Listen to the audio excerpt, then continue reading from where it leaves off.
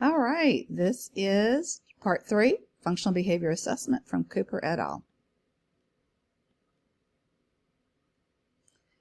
We have talked about functional analysis, and we've also talked about direct FBAs, descriptive FBAs, and now we're going to talk about indirect functional behavior assessments. An indirect functional behavior assessment uses structured interviews, checklists, rating scales, or questionnaires to identify possible conditions or events in the natural environment that correlate with the problem behavior. Remember, you're still looking now at a correlation. You can only determine causation if you are doing that experimental functional analysis. The indirect functional behavior assessment is referred to as indirect because it does not involve direct observation of the behavior. You're getting secondhand information, someone else's information on what they observed. So, in considering an indirect FBA, be aware that it can provide a useful source of information to guide subsequent, more objective functional behavior assessments. So, typically it's used as the first part of an FBA. Can contribute to the development of hypotheses about variables that might maintain or have occasioned the behaviors of concern. It is convenient and useful in the FBA process. However, also be aware that closed-ended indirect assessment instruments have repeatedly demonstrated unreliability, not being reliable. So they are of questionable validity in giving us the function of the behavior. All right, so thinking about the entire FBA process, you would typically start with gathering information using that indirect assessment and then the descriptive assessment. Next, you would interpret the information and formulate your hypotheses about the purpose of the problem behavior. Third, especially with those persistent, pesky, concerning behaviors, you want to test your hypothesis using the functional analysis. And then fourth, develop intervention options based on the function of the behavior. This is the most thorough process for determining the function of behavior.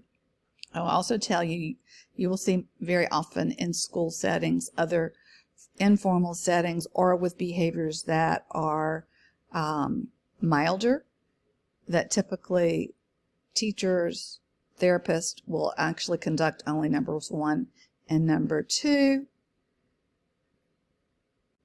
The indirect and descriptive part of the assessment, formulating the hypothesis, and then using that information to develop the intervention based on the function of problem behavior.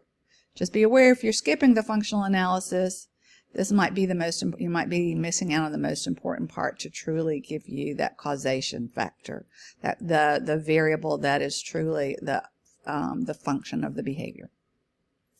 All right, so gathering information, that part 1. Begin the FBA process by conducting an interview or set of interviews. This prepares the evaluator to conduct the direct observations, allows you to identify and define the target problem behavior, identify and define. You want to have that measurable, observable, operational definition of potential antecedents and consequences that might be observed, and also gaining an overall picture of the behavior. The FBA gathering information process will help determine if other assessments are warranted before a more extensive FBA is conducted. So it might help you identify, is there a need for a medical evaluation or something else similar to that. At this point, conducting direct observations in the natural routine is useful. It does help confirm or disconfirm the information that you obtain through the interviews. Remember, the interview process is going to give you information that is subjective. Then you would interpret the information you've gathered and begin to formulate your hypotheses. You would look at results from the direct. This would typically be your narrative, your descriptive assessments, narrative or continuous FBA assessments.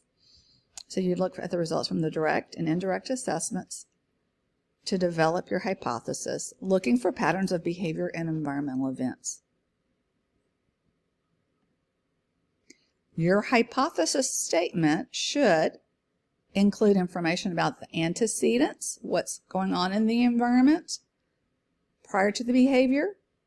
What is the topography of the problem behavior? This is when topography is important.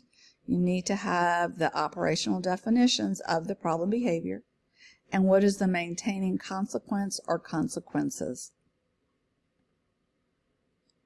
After your hypotheses have been developed, you should test them with a functional analysis. That functional analysis should always contain a control condition that promotes the lowest frequency of problem behavior. This is usually the play condition, right? So you're not putting any demands on the learner.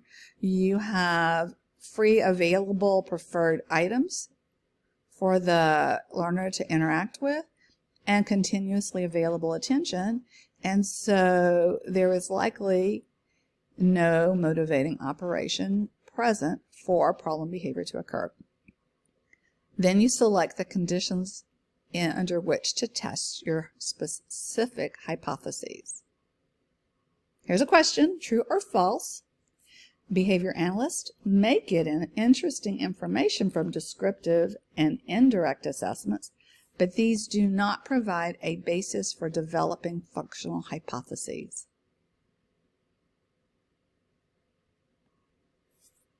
All right, now let's go on to developing interventions. When your FBA process has been completed, use that information. So you now have the information about the antecedents and the consequences surrounding that behavior. Use that information to develop an intervention that matches the function of the problem behavior.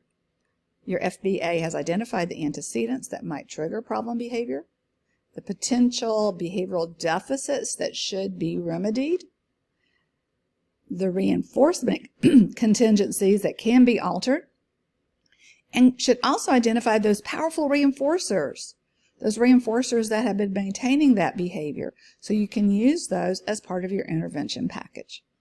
The intervention should be functionally equivalent to problem behavior.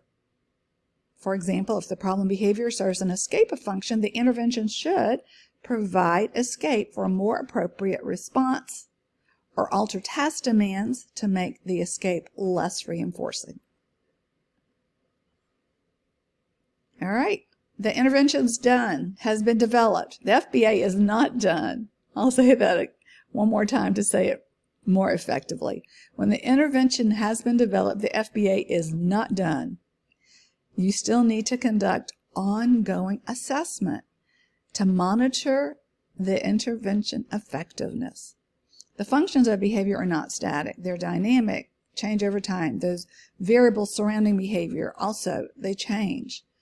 The intervention may lose its effectiveness because the function of problem behavior may change. True or false? Assessment of the function of behavior can yield useful information with respect to intervention strategies that are likely to be effective. And with that, we have reached your final lecture video slide in your ABA program. Hi, Fiverr. We're really proud of all of your accomplishments, and we just wanted to say congratulations. All right. Job well done.